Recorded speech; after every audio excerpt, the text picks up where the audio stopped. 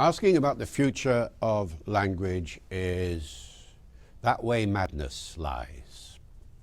Who would have predicted 1,000 years ago that Latin would no longer be used in 1,000 years' time? By hardly anybody.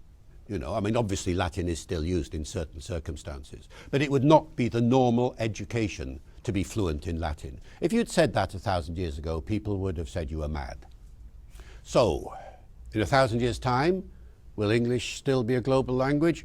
We could all be speaking Martian by then, if they land and take over. You know, who knows what's going to happen? To ask about the future of language is to really ask about the future of society. And futurologists are just as unclear about what will happen eventually as I am about language. Because language, you see, is global for one reason only, and that is the power of the people who speak it.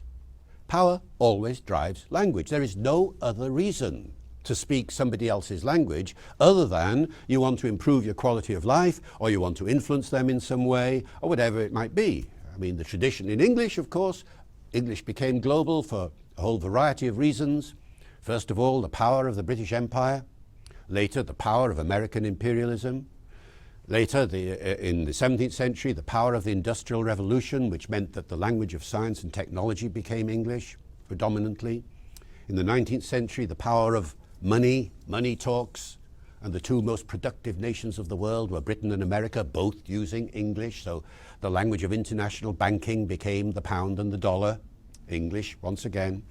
And then in the 20th century, cultural power, as you all know, because every aspect of culture you've encountered has some sort of history in the English language, like pop songs, for example, international advertising, air traffic control, the development of radio and television, the development of the internet, 100% an English language medium when it started. Though today, only a fraction of the internet is English. Internet has become multilingual. So, what's going to happen next?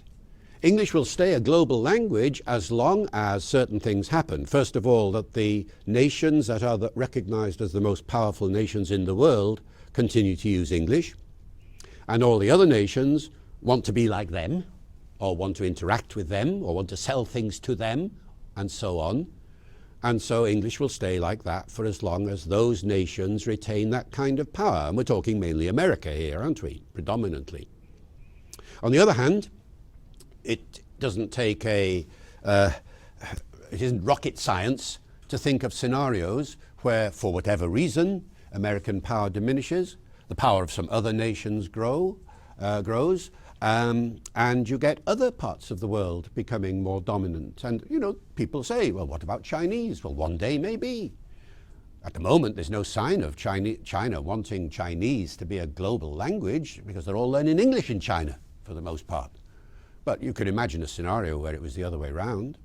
You can imagine a scenario when Spanish is the fastest growing language in the world at the moment, population-wise, because of South America and Central America, and increasingly in North America, Spanish is becoming very widely used. You can imagine a scenario where one day we might all end up speaking Spanish.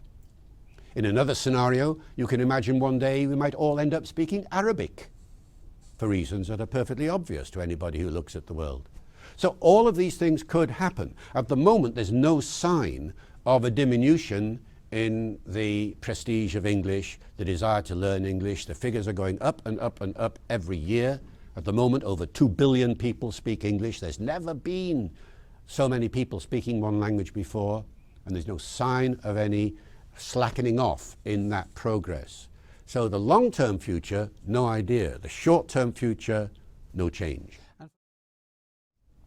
Now, what kind of English will it be? Well, if you join the club, as it were, the English-speaking club, you will, as at joining any club, you will look to the senior members, as it were, the most established members. And you'll look at the statistics. You'll speak the English that you most often encounter in the world. And that, of course, is American English. And so that is one scenario, that American English will ultimately dominate all other varieties of English. And we already see this happening in small ways, don't we? In British English, for instance, you see the impact of American English in all sorts of ways. On spelling, for example. You know, once upon a time you'd spell the word encyclopedia with an AE in the middle in a traditional British way. The American way is to spell it with an E in the middle. And now in Britain, virtually everybody spells it with an E in the middle. But there is a different scenario as well, and it is this. Why is there American English in the first place? Because the Americans wanted to identify themselves as American and not as British. It was quite a conscious decision. When America became independent, Noah Webster, amongst others, said, we want an American English for an American identity, for the new nation. And that's where American spellings started, you see, and how new American vocabulary got into dictionaries. Now, what happened in America then is now happening globally. So all over the English-speaking world, people are saying, well, you can be British if you like, you can be American if you like, but we want to be Indian, or we want to be Nigerian, or we want to be Ghanaian, or what have you. And the English that we use will reflect that cultural identity. Now, we're not talking just a few people here, you see. In India, nobody knows exactly how many, but there must be at least 400 million people speaking English in India, speaking Indian English, not speaking British English or American English or anything like that. And therefore, could the English of the future be some sort of amalgam of all sorts of English from around the world? You know, bits of Indian English, bits of Australian English, bits of American English, bits of British English. Who knows, bits of Serbian English. You know, everybody can put something into the melting pot of English so that when people meet from a whole variety of nations, as you get so often in business meetings and international conferences, or just in a hotel in any part of the world, and English is being used as a lingua franca, could a lingua franca English, and that's the term that's often used these days, which is culturally not identifiable with any one place because it's a mixture of everything, could that be the norm? And I think probably that's the way it's going to go.